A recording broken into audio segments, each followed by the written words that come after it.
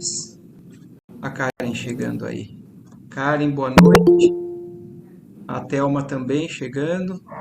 Boa noite, boa noite. Vamos fazer só a oração e a gente já ia iniciar. Então, todos nós nos concentrando, envolvendo o nosso pensamento com a espiritualidade que aqui nos conduz, agradecendo a Deus a possibilidade de nós estarmos aqui juntos e pedindo que essa espiritualidade nos intua, nos clareie a forma de pensamento para que nós possamos alcançar todos esses ensinamentos e que todos esses ensinamentos possam ir se incorporando dentro de cada um de nós cada vez mais. Que assim seja. Então, hoje nós vamos começar o capítulo 17, que é o romance de Alfredo. A Bruna chegando aí também. Oi, Bruna. Mas a gente, recapitulando só um pouquinho, o capítulo 16, que é o posto de socorro, foi quando eles entraram no castelo, né? Foram recebidos por um casal, o Alfredo e a Ismália. No começo do capítulo, eles ficaram meio em dúvida, o André Luiz pensou, falou, poxa, eu acho que eles são um casal, mas o Clarencio, o Aniceto falou algo que parecia que eles não seriam um casal, né? E ele ficou na dúvida, mas ele não pôde perguntar. E aí, agora, no final, e aliás, nesse capítulo também, no posto de socorro, fala sobre aquele quadro que ele vê, né? E fala que o quadro é uma cópia do plano espiritual de uma outra região e não o contrário, né? Que o André Luiz, quando viu o quadro, falou: Nossa, eu conheço o original, ele fica na França, porque ele já tinha. E é esse quadro aqui, ó, que a gente está falando, Martírio de São Denis. Esse quadro, então, mas aí o Alfredo explica que, na verdade, esse quadro ele é uma cópia, sim, mas não é uma cópia da Terra. Ele é uma cópia de outro quadro que fica no plano espiritual, numa cidade no plano espiritual, realmente situado na França, que é muito mais bonito do que isso daí que eles estavam vendo ali. Mas então termina esse capítulo, porque o Alfredo fala: não, mas vamos lá, nós não temos muito a ficar conversando, vocês têm que descansar, vocês têm que se recuperar dessa longa jornada que vocês tiveram aí até chegar aqui no posto de socorro. E aí então entra o capítulo 17, o romance de Alfredo. Então aí, nesse capítulo, nós vamos conhecer a história justamente do que o André Luiz ficou um pouco duvidoso com relação ao que realmente era a situação dele. E é nessa história hoje que nós vamos ter muita coisa para refletir, muita coisa para aprender. E aí começa o capítulo, então, dizendo assim: depois de alguns minutos utilizados por nós no serviço da higiene reconfortadora, Alfredo convidou-nos à mesa, onde Ismália, com extrema fidalguia, mandou servir frutos diversos. Então, duas coisas aqui a gente anota, né? Primeiro, eles no plano espiritual também fazem uma limpeza, né, pessoal. Eles fizeram uma higiene reconfortadora. Do mesmo jeito que o banho, para a gente aqui na Terra, renova as energias, né, limpa das impurezas, tanto do corpo quanto de energias que são muitas vezes que atrapalham. Isso nós vimos no capítulo que fala no bosque das águas, né, no nosso lar. Mas aqui mostrando mais uma vez que ali no plano espiritual, dentro do umbral, ali no posto de socorro, eles também foram fazer uma higiene que trouxe para ele um certo bem-estar. Eliminou essas cargas que eles acabaram acumulando, atravessando toda aquela zona mais inferior. E aí, então, o Alfredo chamou eles para a mesa, depois dessa limpeza que eles fizeram, e a Ismália, que é o que eles supunham ser a mulher do Alfredo, mandou servir alguns frutos. O Alfredo e a Ismália são os dois que receberam eles ali no castelo. Os senhores do castelo não podiam ser mais gentis. Então, eles são, sim, os senhores do castelo. Nós já ouvimos no capítulo anterior que o Alfredo ele é o coordenador de todo esse posto de socorro. ali naquela região do Campo da Paz, né, que se chama.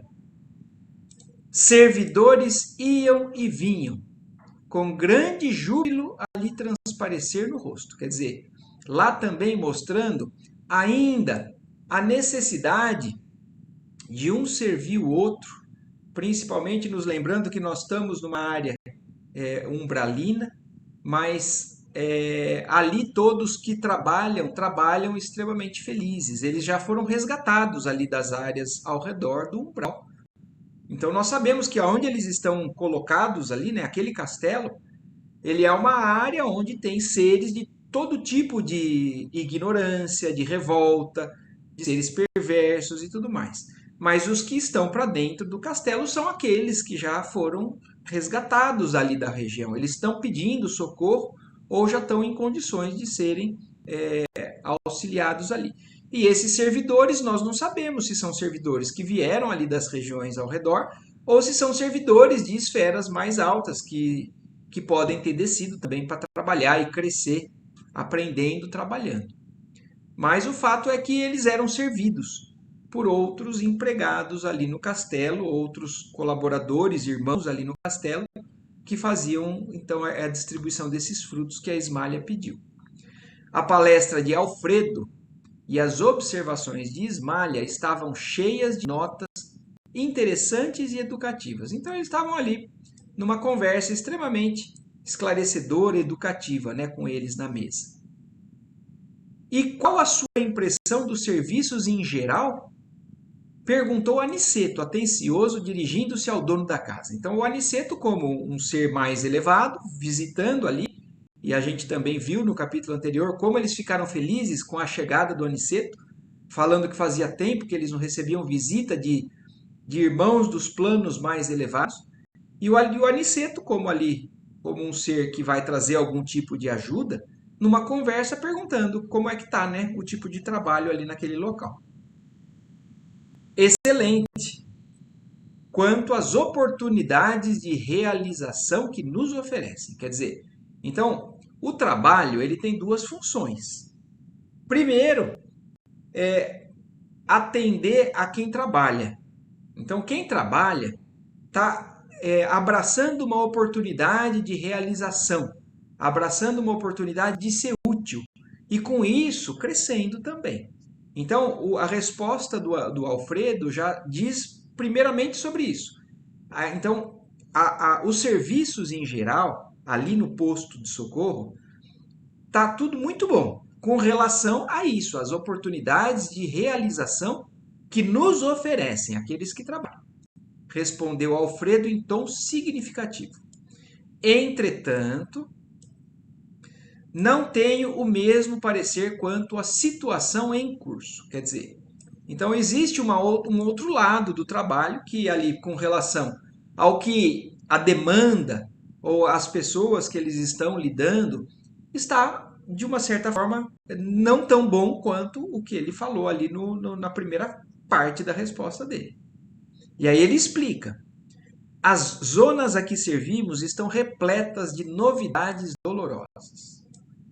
O presente período humano é de conflitos devastadores e as vibrações contraditórias que nos atingem são de molde a enfraquecer qualquer ânimo menos decidido.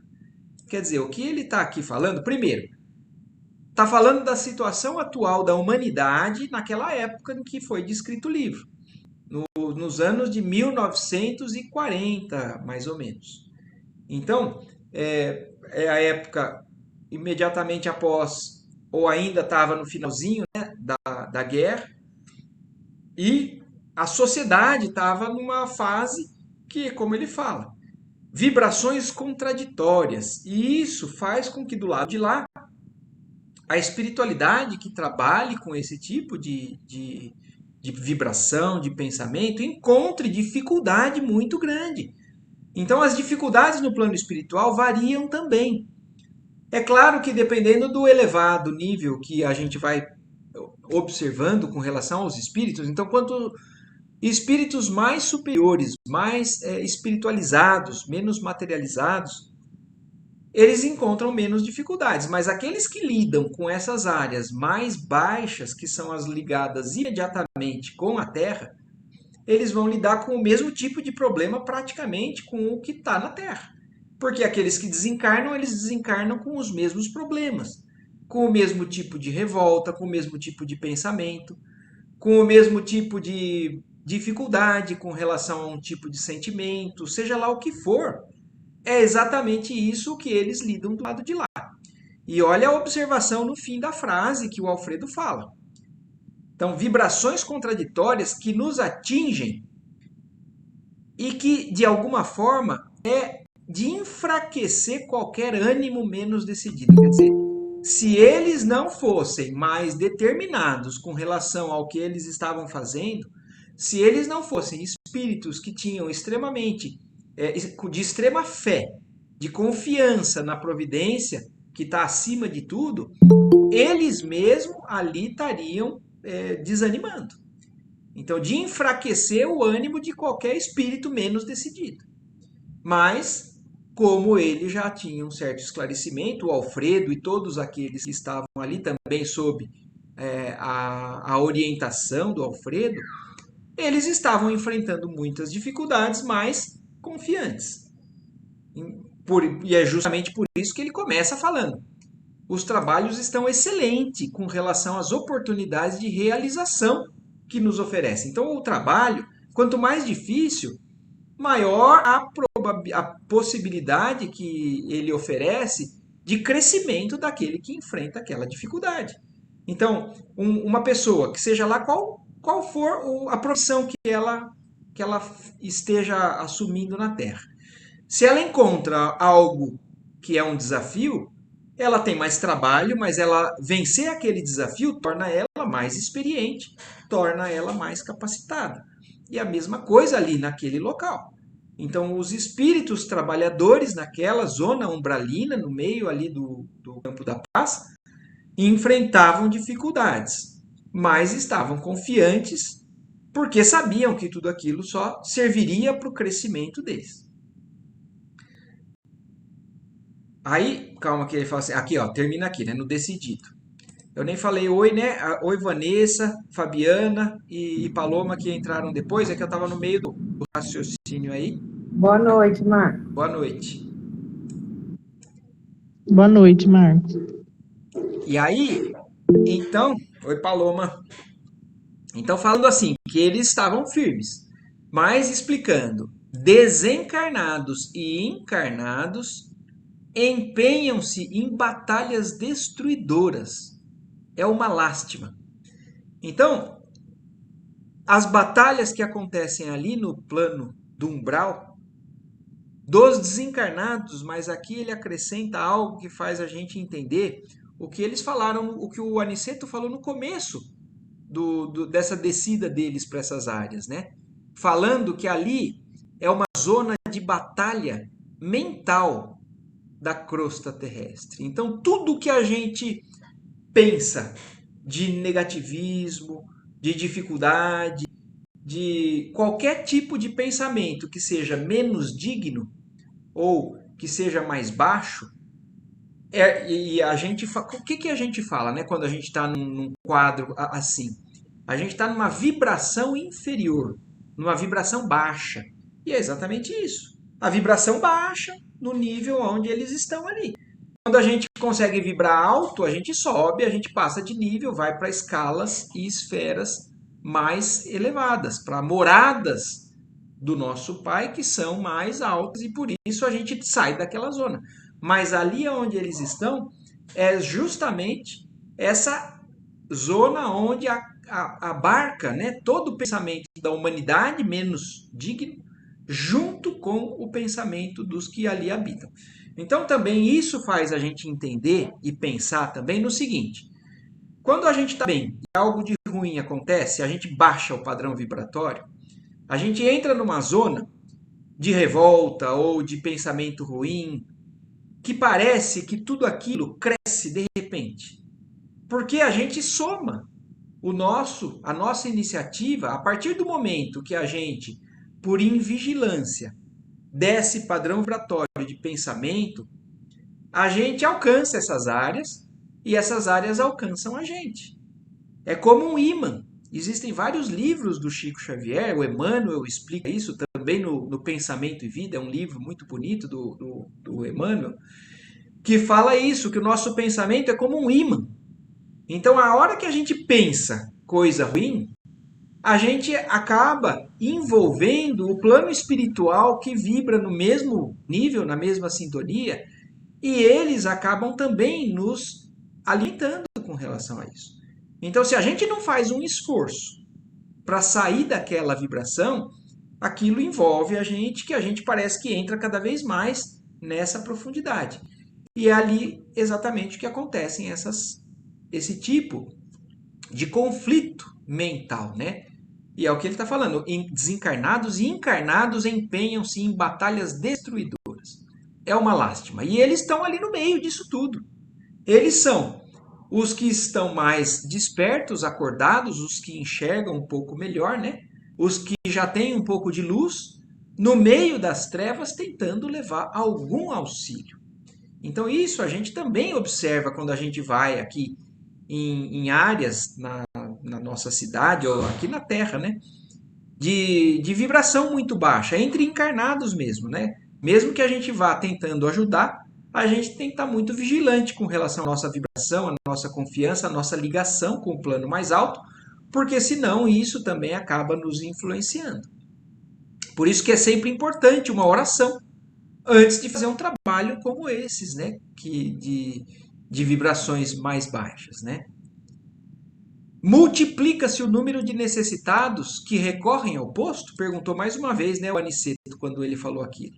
Continuou indagando nosso orientador. Enormemente. Nossa produção de alimentos e remédios tem sido integralmente absorvida pelos famintos e doentes. Então, eles produzem ali naquela região alimento, são os frutos, por exemplo, que a Ismália estava servindo ali para eles, ou eles podem até talvez produzir alimento mais denso, mais consistente, mais materializado, para socorrer aqueles famintos, né? E eles também produzem algum tipo de medicamento. E tudo isso que eles estão ali em produção, aquela massa, né, que trabalha ali dentro do posto de socorro, todo esse trabalho é totalmente consumido por todos que ali ao redor, né, estão convivendo ali e vivendo ali aos arredores ali do posto de socorro. Tenho 500 cooperadores, olha isso que o Alfredo está falando, são 500 que trabalham ali dentro. Mas nos sentimos presentemente incapazes de atender a todas as obrigações.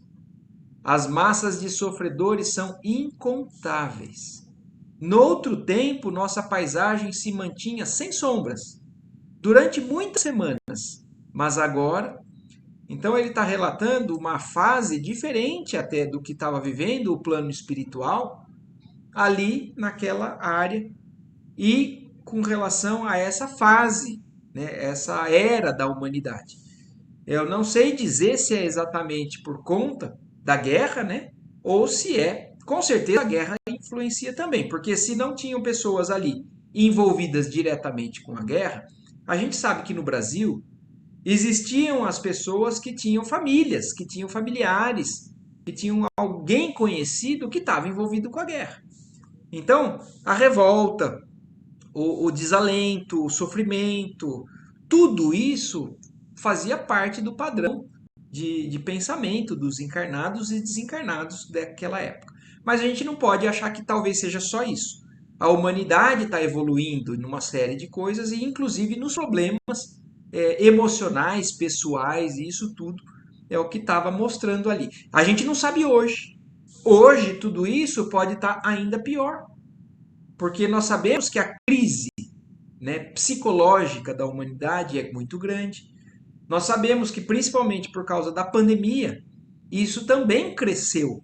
Então, a gente sabe que, com certeza, o plano espiritual está enfrentando problemas também maiores por tudo isso que nós estamos vivenciando aqui na Terra. Inclusive, a gente já falou isso várias vezes aqui. É por isso que a espiritualidade, em várias ocasiões, em trabalhos mediúnicos, tem pedido para que nós possamos contribuir para o auxílio do trabalho deles, emitindo pensamentos positivos, emitindo orações de socorro, emitindo vibrações que possam eles utilizar na balança do lado positivo para esse benefício. E não entrando em vibrações negativas que só pioram o tipo de vibração que eles estão lidando do lado de lá. E aí, ele contando tudo isso, né, o Alfredo contando tudo isso, porque até agora não chegou no X da questão, né, dessa lição de hoje, que é o romance, né, a história do romance do Alfredo. Nesse instante, Ismália pediu licença para dirigir-se ao interior. Então ela saiu da mesa e foi para algum cômodo, né, mais para dentro ali do castelo. E como Alfredo fixasse os olhos nos meus, aventurei-me a considerar. Porque o André Luiz ainda estava, né, com aquela dúvida, com aquela questão que ele queria entender melhor. E como o Alfredo deu essa deixa, né, que o Alfredo estava olhando para ele e a Ismália tinha saído, ele falou, o André Luiz falou para ele: ainda bem que tendes uma abnegada companheira ao vosso lado. Então não foi numa forma de pergunta, né? Mas foi justamente dando a entender que ele achava que ela era companheira dele. E aí com isso ele veio a resposta. Ele e Aniceto sorriram, quase a um só tempo, falando-nos o administrador. Então aí o Alfredo e o Aniceto sorriram, né?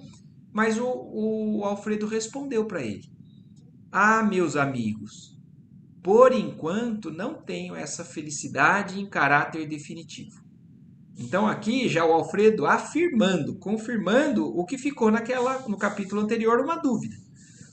A Ismália não é a companheira que está ao lado dele o tempo todo ali. E ele falou: meus amigos, infelizmente, né? Eu não tenho essa felicidade em caráter definitivo. Quer dizer, eu ainda não tenho ela ao meu lado, como você está supondo, né?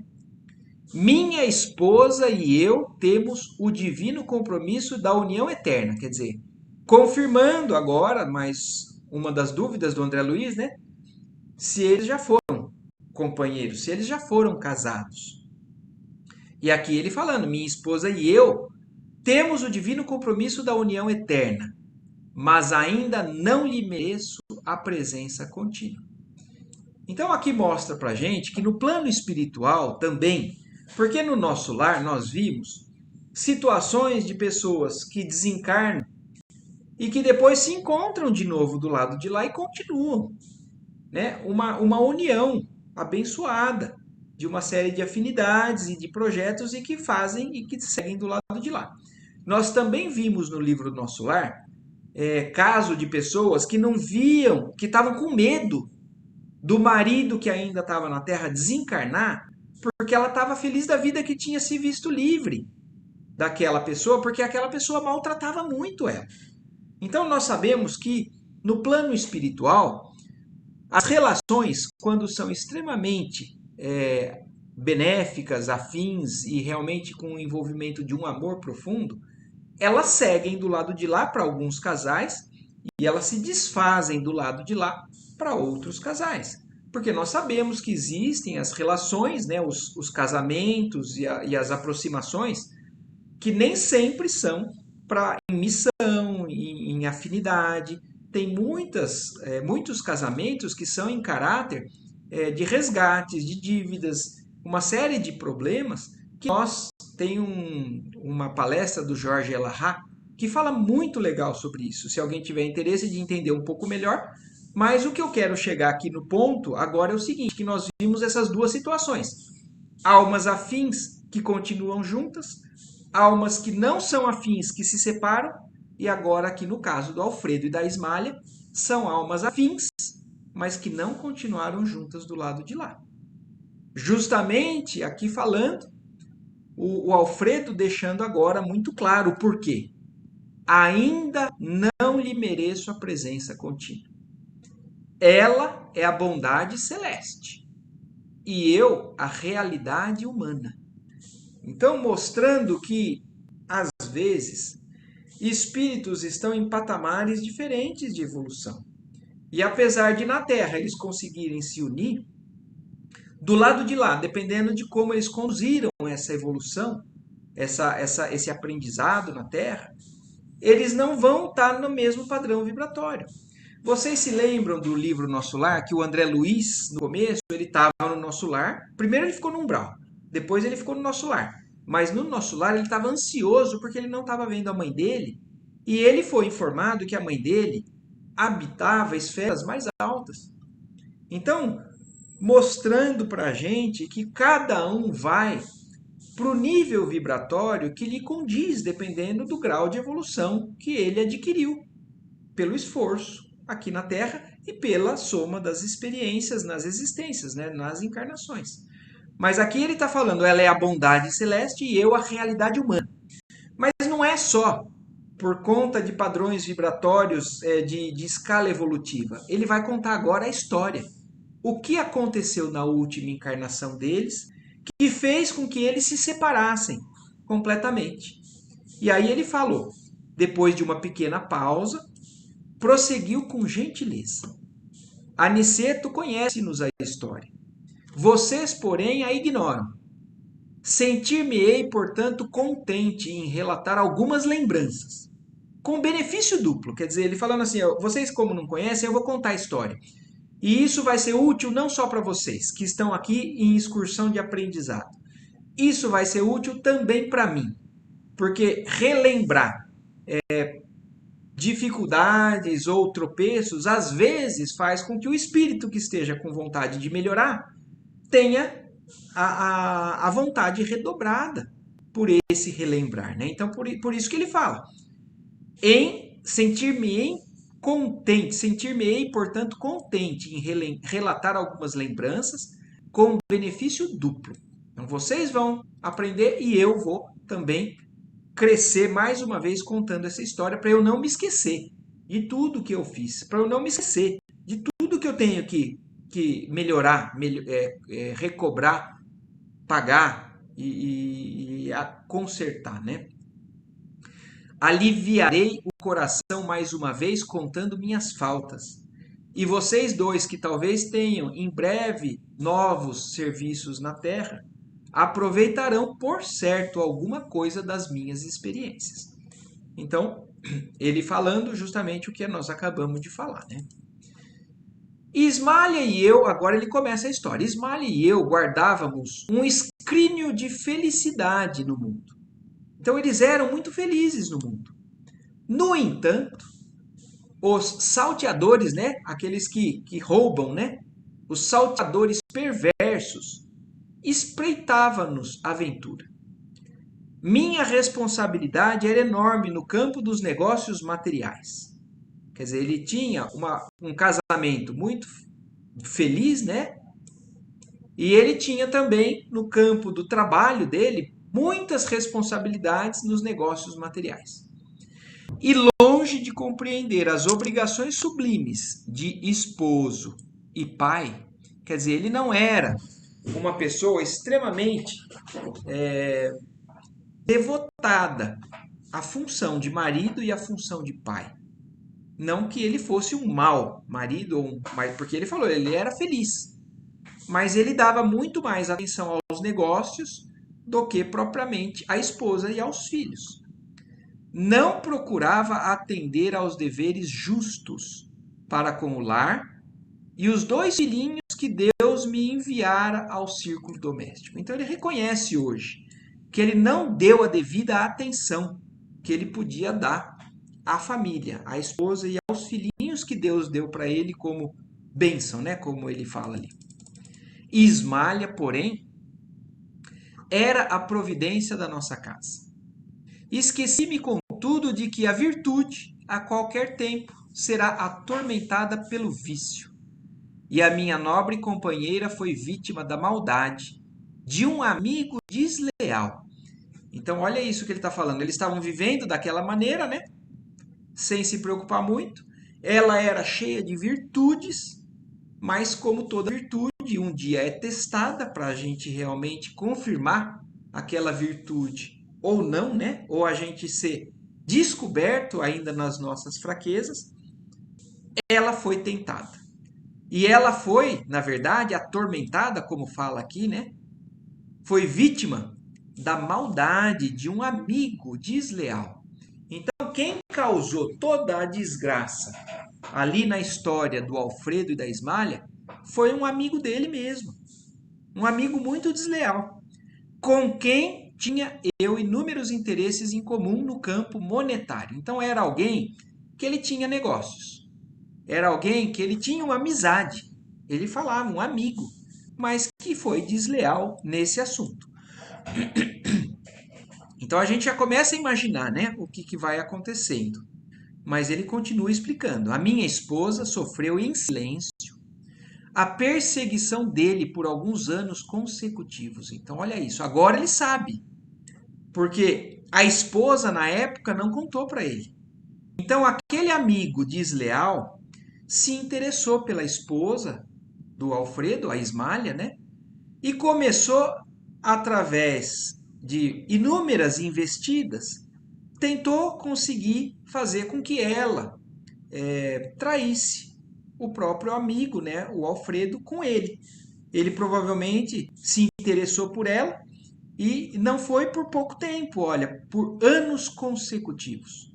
Mas a Ismália, como a gente já vem percebendo, né, que ela é já um espírito extremamente evoluído, em silêncio ela passou por toda essa perseguição. Porque uma pessoa que não é tão elevada, às vezes já vai lá e abre todo o jogo e fala, ó, seu marido, seu amigo tá dando em cima de mim. E aí ia gerar uma maior confusão. E ela não, quietinha, quietinha. Ela falou, eu me garanto, eu não vou ceder. Se ele está errando, eu não vou expor isso para o meu marido. Então, em silêncio, ela aguentou por anos consecutivos. Então, aqui já vemos a primeira dica, né? Por que, que a Ismália habita um plano tão diferente do Alfredo e ele não? Mas vamos ainda seguindo para entender o que aconteceu. E quando meu desventurado sócio verificou a inutilidade da atitude criminosa, quer dizer, quando... Opa, perdão, peraí, eu não sei se... Quando ele percebeu que tudo o que ele estava tentando, ele não ia conseguir por parte dela... Peraí que eu estou ainda com um problema aqui. Ele viu que não ia dar em nada toda essa investida. Em franco desespero, buscou envenenar meu espírito desprevenido. Então, olha que tipo de espírito que né, esse amigo dele, né? Ele tentou desvirtuar a esposa, como não conseguiu, ele falou assim, então já que ela não vai ser minha, eu vou prejudicar ela. E aí começou a envenenar o marido, o Alfredo, que era um espírito desprevenido, como ele fala. E aí, então, esse amigo todo dia ia lá e começava a falar mal, falar alguma coisa, tudo para poder acabar com aquele casamento.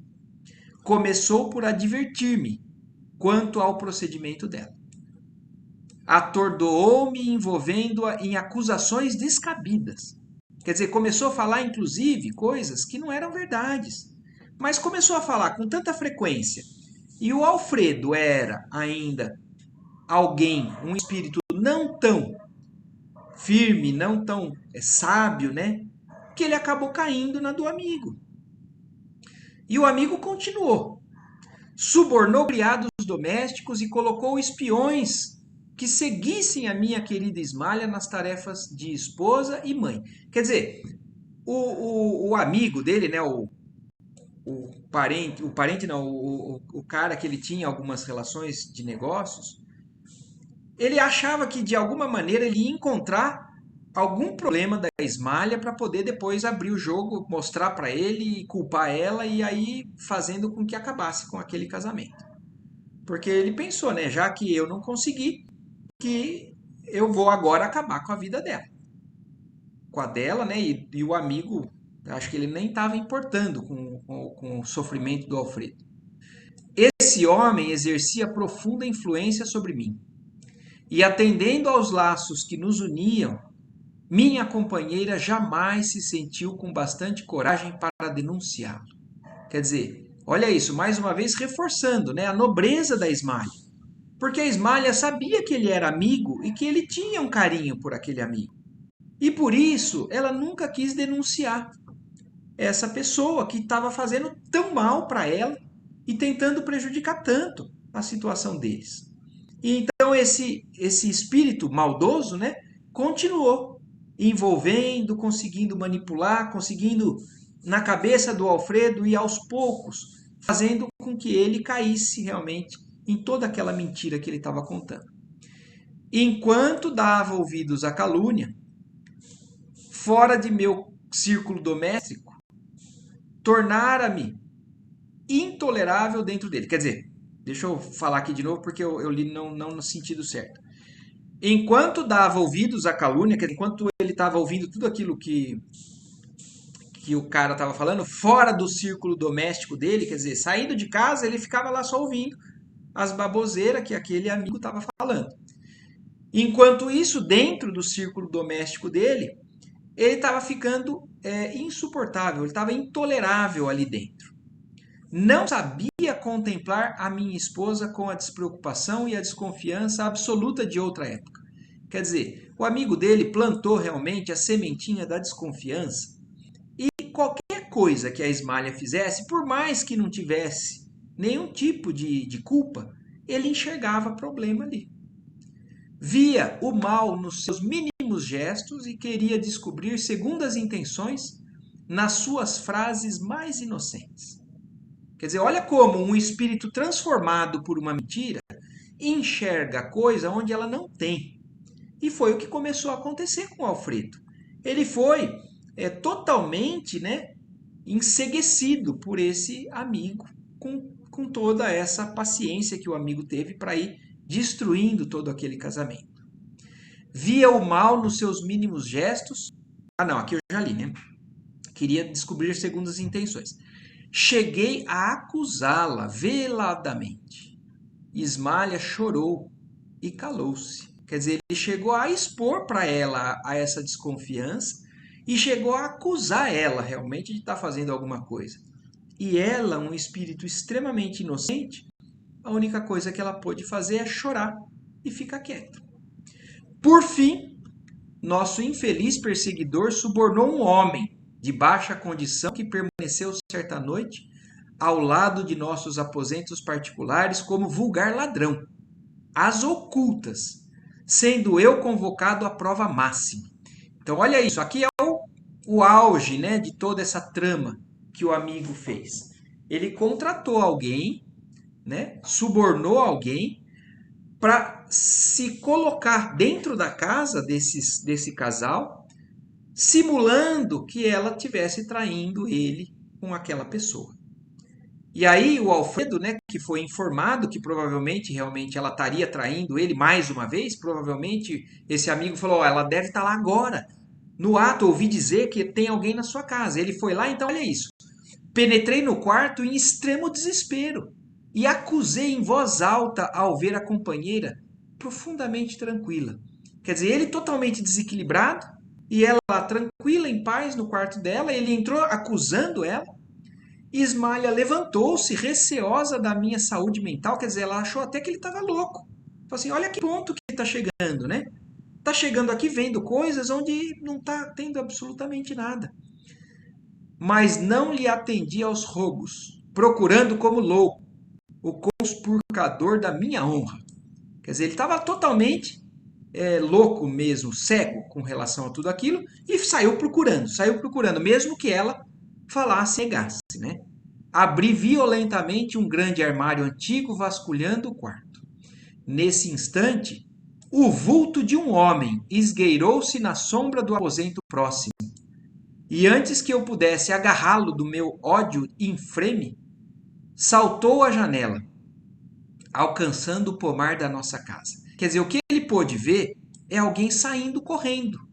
Um vulto de um homem que estava num quarto vizinho e que conseguiu pular a janela e escapar. Ele não conseguiu segurar essa pessoa, mas ele viu. Corri desesperado detonando balas a esmo. Quer dizer, ele tinha arma, saiu dando tiro, mas nada consegui.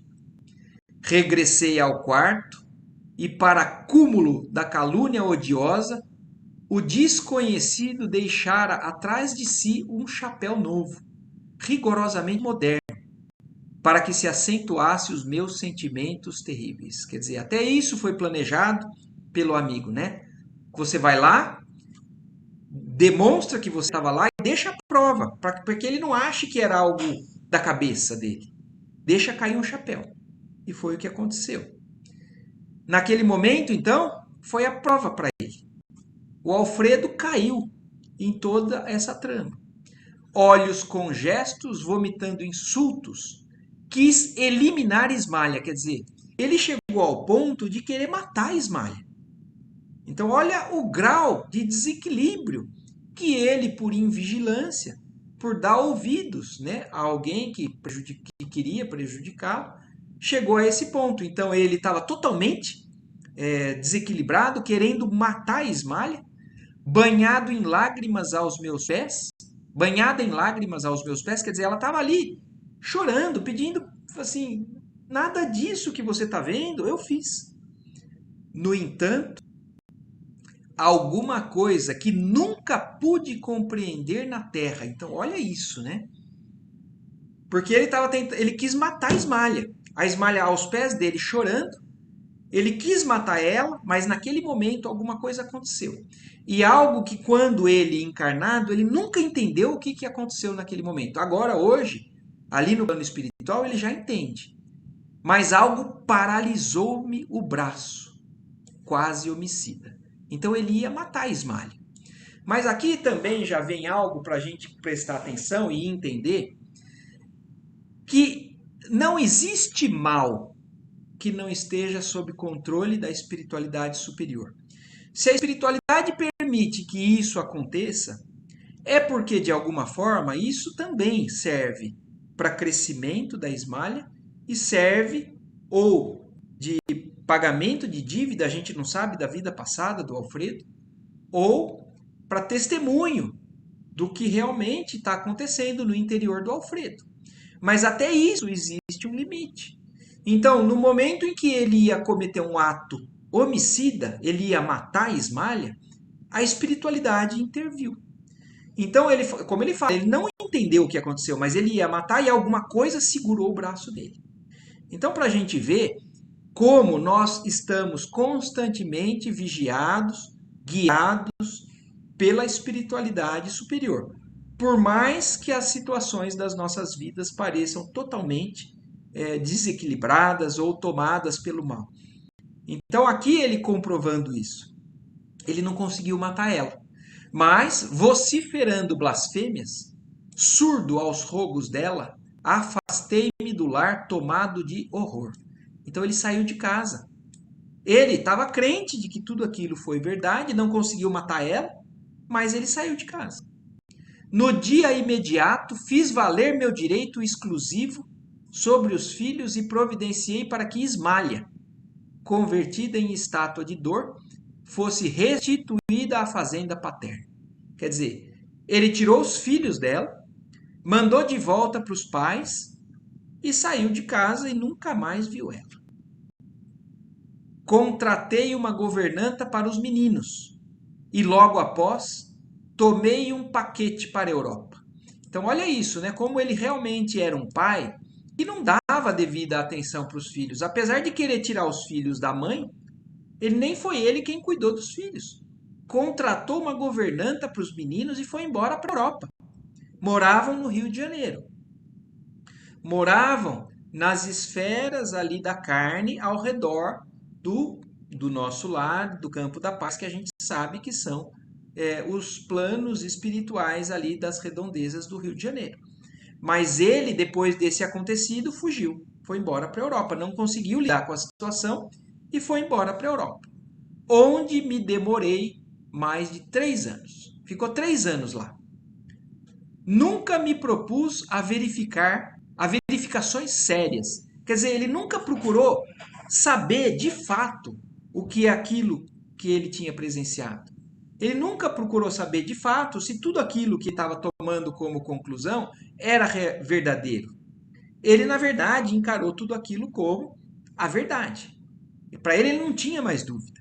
A esposa dele tinha traído ele e ele, então, estava com tudo comprovado que o amigo dele tinha falado até agora. E embora tivesse o espírito incessantemente atormentado, quer dizer, ele nunca encontrou paz. Ele fugiu, mas ele nunca encontrou paz.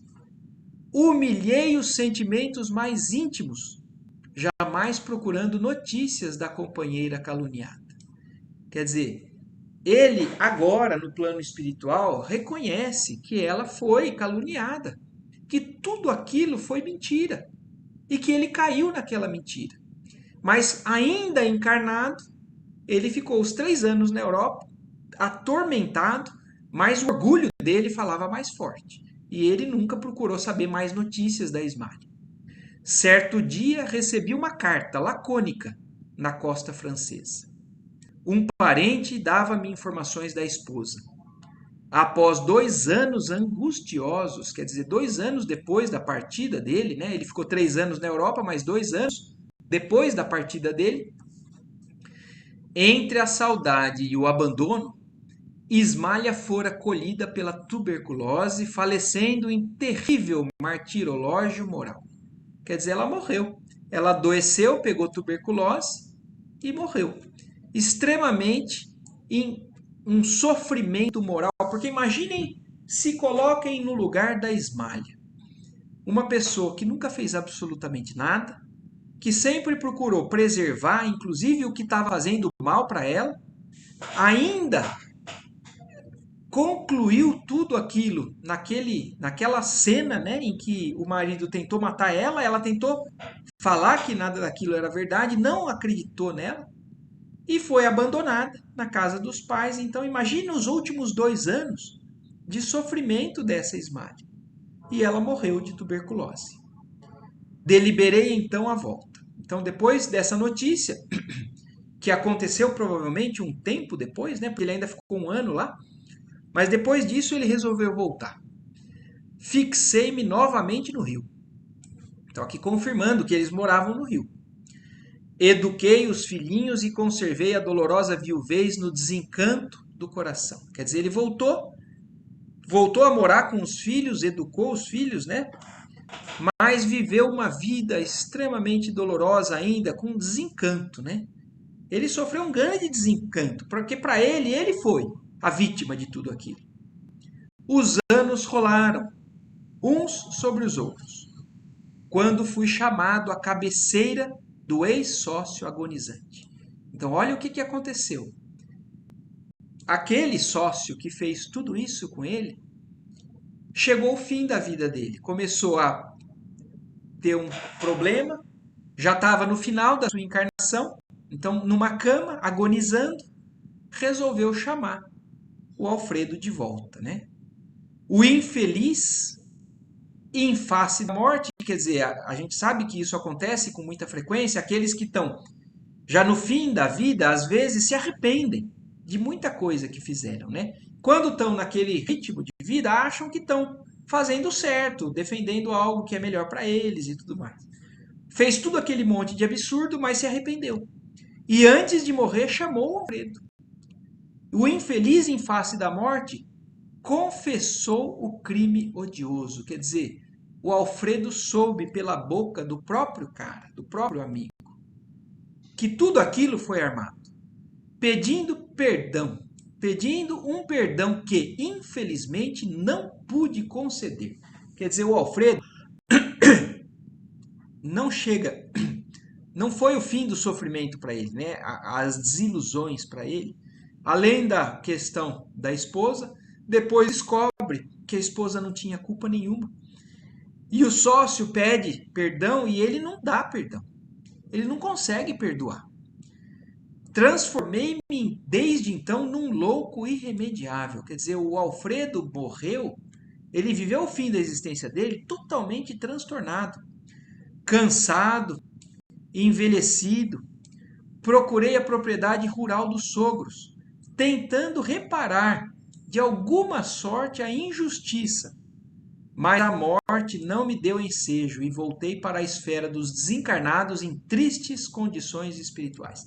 Então ele não conseguiu chegar ao ponto de pelo menos restituir aos sogros um pouco de tudo o que ele tinha feito, né, pela esmalha, de injustiça. Mas ele já estava também no fim da encarnação dele. Ficou provavelmente também tomado por todo esse desencanto e ele morreu. E partiu para o plano espiritual extremamente nessa condição de desequilíbrio, né? Em condições espirituais muito tristes. Nesse instante, fez uma pausa para continuar comovido. Não preciso dizer que recebi de Ismalha todo o amparo de que necessitava. Eu queria que vocês me falassem já, porque a gente está lidando com situações que são diferentes do que a gente está acostumado. E essa é a grande lição para a gente. Primeiro, porque vocês vão ver que o desfecho dessa história não é como muitas vezes a gente imagina. Porque a gente imagina que esse cara que fez tudo isso para eles, para nós aqui ainda muito envolvidos com a falta do perdão, acha que esse cara tem que ser punido, tem que ser rebaixado, eles têm que se afastar. Ainda não é a hora da gente saber o desfecho dessa história. Mais para frente nesse livro nós vamos ver. Mas o que eu estou já chamando a atenção aqui é o seguinte: a Ismalha foi caluniada, foi desprezada pelo marido, foi jogada de volta na casa dos pais, morreu de desgosto, e do plano espiritual, quem socorre ele? Ela. Então, para a gente ver o quanto um espírito de grau já diferente de elevação, ele atua. Então, porque a gente pode imaginar, ah, não, então ela do lado de lá não vai mais querer saber dele. Vai partir para outra, vai para outro lugar. Mas não é assim que um espírito elevado age. Não é assim que um espírito que ama age. Então, ó, é o que ele fala, não preciso dizer, ele partiu em extremas condições de tristeza espiritual. Mas não preciso dizer que recebi de Ismalha todo o amparo de que necessitava. Então foi ela quem amparou ele. Todavia, infelizmente para mim, estávamos separados. Então aqui agora a gente entende o porquê que eles ainda são almas que têm um amor muito grande, um envolvimento muito grande, mas não têm condições de continuarem juntos, porque seguiram trilhas completamente diferentes perante a uma dificuldade na encarnação. Ela sofreu todo tipo de dificuldade, mas nunca se rebaixou, mas nunca desacreditou, nunca escolheu o lado do mal. Ele já não. Ele passou por inúmeros problemas também, mas ele sempre foi para o lado da união com o mais baixo, com a união da revolta, da força, da agressão, da punição. Então eles se separaram completamente. E é por isso então que agora eles estão ali, encontraram-se no plano espiritual, mas não têm condições de viverem juntos ainda. Então, infelizmente para mim, né, para ele, Alfredo, dizendo, estamos separados. Não merecia a bênção da união sublime. Então, mais uma vez, voltando ao que a gente já leu inúmeras vezes. A gente só tem aqui não, a gente só tem no plano espiritual o que a gente merece. Não adianta a gente esbravejar, querer, forçar. A gente ou conquista ou a gente ainda não tem. E ele agora aqui reconhecendo, eu não mereço ainda essa bênção dessa união. Ismalha segue-me de perto, mas tem residência num plano superior, que devo esforçar-me por alcançar. Quer dizer, hoje ele sabe que a meta dele é lutar para conseguir subir para o mesmo nível que ela está. Mas ela não mora naquele nível. Se ela quisesse, ela poderia morar ali com ele? Um espírito superior pode morar num ambiente mais baixo do que o que ele habita? Vocês me respondam, vocês já sabem, eu acho, sobre isso. A gente já leu muito sobre isso no nosso lar. Pode. A Estela não abriu o microfone, mas respondeu. Pode. Pode. Tanto é que o governador do nosso lar, a ministra veneranda e inúmeros outros são espíritos que já têm elevação espiritual para habitar mundos mais elevados. Mas eles escolhem viver em mundos inferiores por abnegação, por amor àqueles que estão para trás. E a Ismália poderia voltar então? E poderia estar morando ali com ele? Poderia. Mas por que não está então? Porque ela não mora com ele. É o que também falou lá no início do capítulo. A Ismália estava indo visitar ele. Tanto é que o Alfredo falou: que bom que você veio hoje, justo no dia que a Ismália também veio me visitar. Então por quê? E aí ele também explica isso. Desde muito dediquei-me aos serviços no posto de socorro, consagrei-me aos ignorantes e sofredores, e minha santa Ismália vem até aqui mensalmente incentivar-me o bom ânimo e a amparar-me nas lutas. Quer dizer, ele sabe o que ele tem que fazer para conseguir subir. Então, dedicar-se a serviços, atenção aos ignorantes e aos sofredores, trabalho intenso, que é o trabalho que faz crescimento. Então, ele trabalha e ela visita ele mensalmente para dar bom ânimo, para renovar a vontade, né, de luta que ele tem. Mas aí a pergunta do André Luiz é justamente o que a gente acabou de falar um pouquinho atrás. Mas não poderia ela transferir-se definitivamente para aqui? Indagou o Vicente. Quer dizer, não foi o André Luiz, o Vicente perguntando. Indagou o Vicente, tão impressionado quanto eu com o romance comovedor. Quer dizer, não tem quem não escuta uma história dessa, né? E não fica comovido. Imagina, isso é realidade. Isso não é história de novela. Isso é a história deles. E ele, o Vicente, então impressionado, como o André Luiz também estava, né? Falou: mas puxa vida, então por que que ela não vem morar com você? Se você não pode morar lá em cima, por que que ela não vem morar com você? E olha que ele responde. Alfredo sorriu e falou: sei que Ismália tem trabalhado para isso, que seu ideal de união eterna é idêntico ao meu, atendendo à circunstância de estar ao superior, o superior sempre em posição de dar ao inferior. Quer dizer, ele sabe que ela quer estar junto para poder ajudar ele o tempo todo.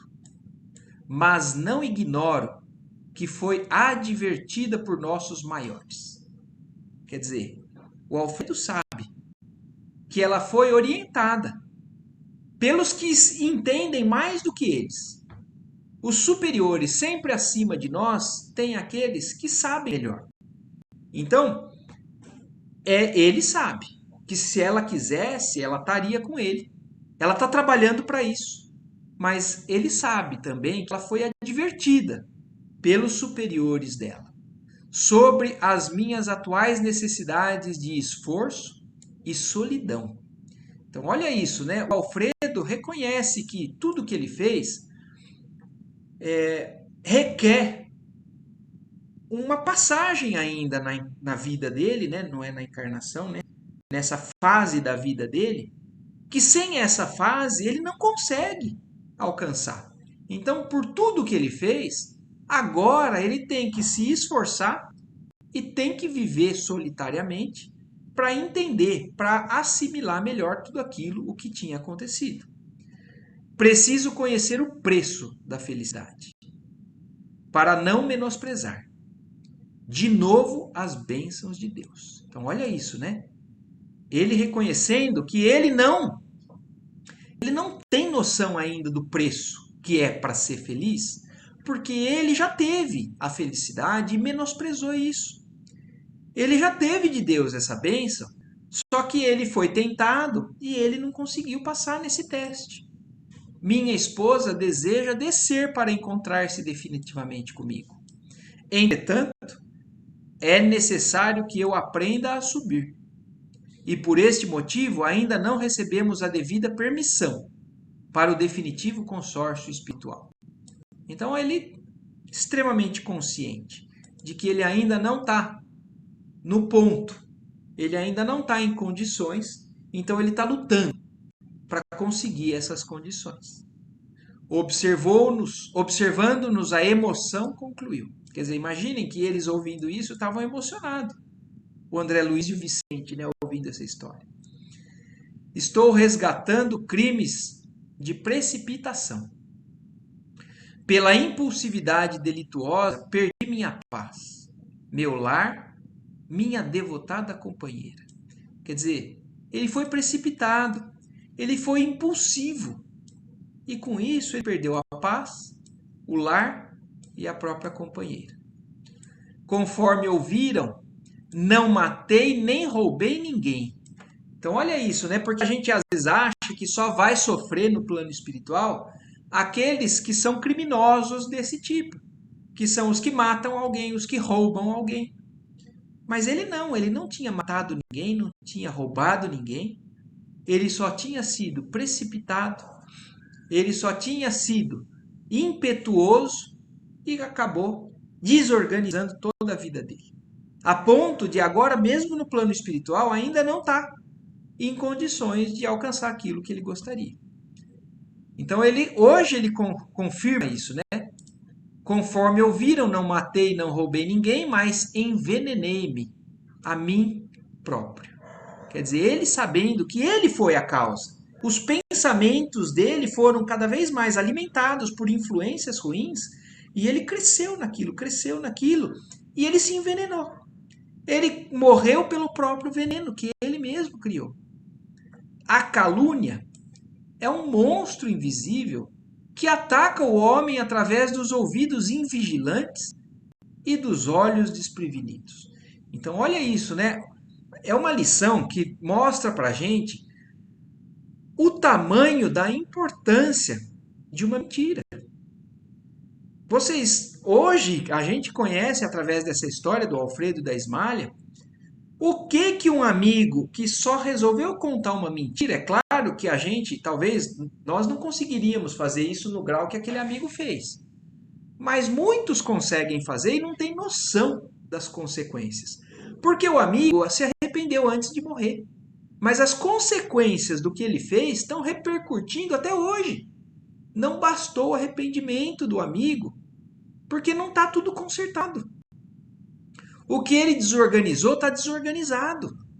E vai levar muito tempo para conseguir reorganizar.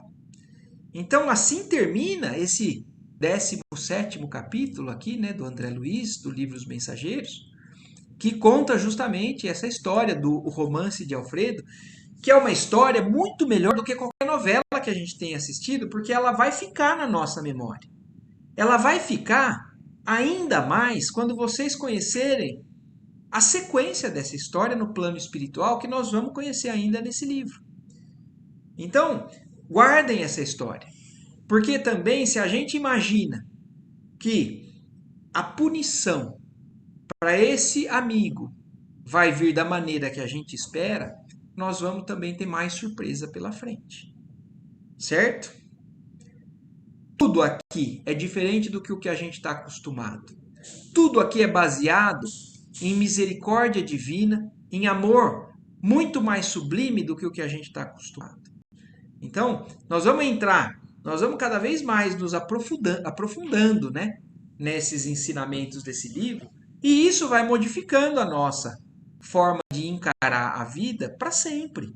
Porque são coisas que fogem ao nosso dia a dia. Porque numa novela, uma pessoa que faz isso, no fim da novela, morre esfaqueado e todo mundo aplaude. Todo mundo acha lindo. Né? Todo mundo quer ver aquele que fez tudo aquilo pagar pelo que ele fez. Isso é o que atrai as pessoas, ainda infelizmente, no mundo de hoje. Um filme que tem bandido e mocinho, a maioria de nós quer ver o bandido pagar pelo que ele fez. Não quer saber de ver o bandido e enxergar, melhorar, corrigir, seguir um caminho melhor. A gente, infelizmente, ainda tem enraizado dentro da gente coisas do nosso passado que é de punição, que é realmente de ver aquele que faz o mal sofrer, de ver aquele que está em desalinho com as leis divinas pagar e sofrer muito. Mas a gente, Deus, não quer a morte de nenhum pecador. Deus quer que todo o pecado seja acabado, mas quer o reajuste do pecador. Deus quer o tempo todo que o pecador se realinhe, se salve, siga o caminho aonde leve benefício para todos. Eu sei que isso talvez esteja longe ainda da nossa realidade, mas é a meta. É talvez a fase que nós vamos começar a lidar da humanidade num mundo de regeneração e não num mundo de expiação e prova. Nós vamos mudar de nível, de padrão espiritual. Então nós temos que começar a entender isso. O próprio livro traz isso para a gente. Uma mudança de padrão, de forma de encarar os criminosos, os problemas, as pessoas de uma maneira geral. E se a gente for ver, isso se resume na mensagem do Cristo. Amar a Deus sobre todas as coisas, ao próximo como a ti mesmo, ao próximo como Jesus amou, amar aos inimigos, tudo está escrito no Evangelho. A gente só não faz porque a gente ainda acha que a gente tem que dar um jeitinho de fazer o que a gente quer. A gente tem que dar um jeitinho de falar, ah, não, mas isso é para Jesus, isso é para santo. Para mim, não. Eu quero que ele pague por isso. Então, é uma lição que faz a gente pensar muito. É o início de um grande pensamento que a gente vai ainda seguir nas próximas lições. Alguém, vocês não abriram a boca, vocês não têm mais abrido a boca, né? Eu fico falando aqui a lição inteira e vocês não participam, não perguntam. Eu falei. Você falou, com o microfone fechado, mas falou, né, Estela? Mas então, mas alguma dúvida? Uma Alguma coisa coisa vocês que querem ainda fazer uma observação, comentário? numa palestra que eu vi há muito tempo, eu não vou lembrar o conteúdo direito, mas isso me chamou a atenção porque me lembra dessa história. Que falava sobre as evidências da reencarnação e falava dessa questão de dois espíritos de uma mesma família, quando um vai para um plano e o outro, por merecimento, vai para o plano superior. Entendi. E esse que foi para o plano superior jamais seria feliz se não pudesse um dia reencontrar aquele que ficou em outro plano. Era a história, acho que, de uma mãe e de um filho, né? Naquela questão do É o Haroldo que fala isso, coisa Karen? definitiva. Eu não vou conseguir lembrar, Marcos, tem um certo tempo já, mas era uma palestra bonita. É uma palestra, eu pelo menos já ouvi o Haroldo falar isso, e é justamente o que comprova pra gente, né? Seria uma incoerência Deus separar uma mãe e um filho eternamente. Então, porque as outras religiões ainda pensam assim. Falam assim, ah não, se você foi salvo, você vai para o céu, e se você cometeu uns pecados que Deus não vai perdoar, você vai para o inferno, mas independente se sua mãe gosta de você ou não, ela vai para um lugar, você vai para o outro. E é justamente o que você falou, Karen. Que mãe que estaria feliz num céu sem o seu filho? Nenhum. Nenhuma. Não faz sentido. E é por isso que a reencarnação é a possibilidade de reaproximar esses espíritos que se desviam demais. E mesmo que existam esses desvios, né, Karen? Essa lição mostra isso, que eles estão separados, mas toda separação é temporária. Isso. Ela só vai durar o tempo que esses espíritos mais endurecidos ainda não tiverem subido, não tiverem se mobilizado no caminho certo. Os que estiverem ainda muito endurecidos vão ficar por muito tempo às vezes, mas não é eternamente. Um dia eles vão poder. Thelma, você queria falar alguma coisa? Eu tenho uma dúvida. Ah, Minha mãe faleceu primeiro que meu pai. ah, Meu pai casou-se novamente. tá, Ele amava minha mãe, que eu sou testemunha, mas ele amava também essa segunda esposa dele. entendi. E ela vive, né, a minha madrasta. E como que fica essa situação? Ô, Thelma, é que você pegou o Nosso Lar já no fim e aí entrou no Mensageiros. Mas no livro Nosso Lar tem um capítulo que chama O Caso Tobias. E ele é um capítulo que explica exatamente essa situação. Falando que no plano espiritual, quando essas três almas já estão em condições melhores, elas podem conviver ainda juntas do lado de lá, mas elas não ficam juntas eternamente, até porque a evolução das almas, elas levam as pessoas cada vez a evoluírem mais, ou se afinizarem mais a uma do que a outra, ou realmente sublimar um amor, que é um amor que já não precisa mais de um parceiro. É o exemplo, por exemplo, de muitos religiosos que já não têm mais necessidade de um parceiro para se sentir plenamente feliz. Mas o caso Tobias, no livro Nosso Lar, explica isso.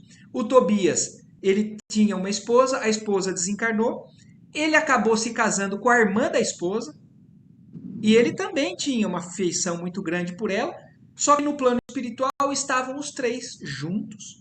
Só que lá eles reconhecem isso, que uma delas tinha uma alma gêmea que não tinha se encontrado com ela naquela encarnação e que estava preparada uma nova encarnação para eles seguirem juntos. E o Tobias continuaria com a primeira esposa. Mas isso não é regra. Cada um tem a sua história, cada um tem a sua afinidade. Então, a gente não pode tomar isso como regra nunca, mas mostrando isso. Aliás, nesse capítulo fala: são muitos os casais que no plano espiritual estão nessas condições como a minha. Porque é uma dúvida, fala assim, e a igreja, se a igreja não permite o divórcio, ou ela prega a insolubilidade, né, do casamento, como é que funciona do lado de lá? Né? E aí justamente explica isso. Que é claro que existem os casais do lado de lá que estão totalmente desequilibrados. E aí não conseguem essa harmonia. Eles estão, cada um para o lado, ou todo mundo no umbral ainda em revolta, em briga, mas não, existem aqueles que já estão bem, convivendo com o amor um pouquinho mais sublime do que o amor, né, do contato físico, o amor realmente da presença, do companheirismo, o amor da amizade, o amor ágape, né, que a gente está destinado a viver um dia. Entendi. É que aí essa parte toda que foi vivida aqui na Terra, meio que não existe lá, né? Lá é outro tipo de amor. Exatamente. Não, mas, Thelma, se a gente prestar atenção, no umbral existem os espíritos que ainda estão muito apegados às sensações materiais, sim. Então, do lado de lá, se você é muito espiritualizado, você já não tem mais esse tipo de necessidade. Mas do mesmo jeito que a gente viu no Nosso Lar, os espíritos que desencarnam, tem alguns que ainda querem comer, beber e ter relações sexuais, sim. E tem espíritos, Thelma, que têm necessidade do cigarro, tem necessidade da bebida. E por isso esses espíritos às vezes ficam ainda aprisionados à terra. Porque eles ficam rodeando esses espíritos que bebem. Se a gente ouve descrição do que acontece, por exemplo, do plano espiritual num bar, por exemplo, tem muito desencarnado que não consegue se desapegar daquele ambiente e fica preso naqueles espíritos, naqueles encarnados que gostam de bebida, estimulando ele a beber. É por isso que muitas vezes é difícil a pessoa largar um vício, porque não depende só da pessoa, depende do que ela chamou do plano espiritual para perto dela. E isso fica ali, até é uma luta pessoal e é uma luta com toda aquela legião, né? O Evangelho tem um trecho, né, que aquele endemoniado lá chega para Jesus e fala que ele não é um só, ele é uma legião. Quer dizer, ele tem muitos ali em volta dele que acabam se apossando dele, né, dominando aqueles prazeres que ele tinha ou aquela materialidade toda. E assim nós vamos. Entendi. Precisamos pensar bem aonde a gente vai, né? Precisamos No pensar bem lugar. que tipo de pensamento a gente cultiva, né? Certo, gente? Certo. Mais alguma coisa? Dúvidas?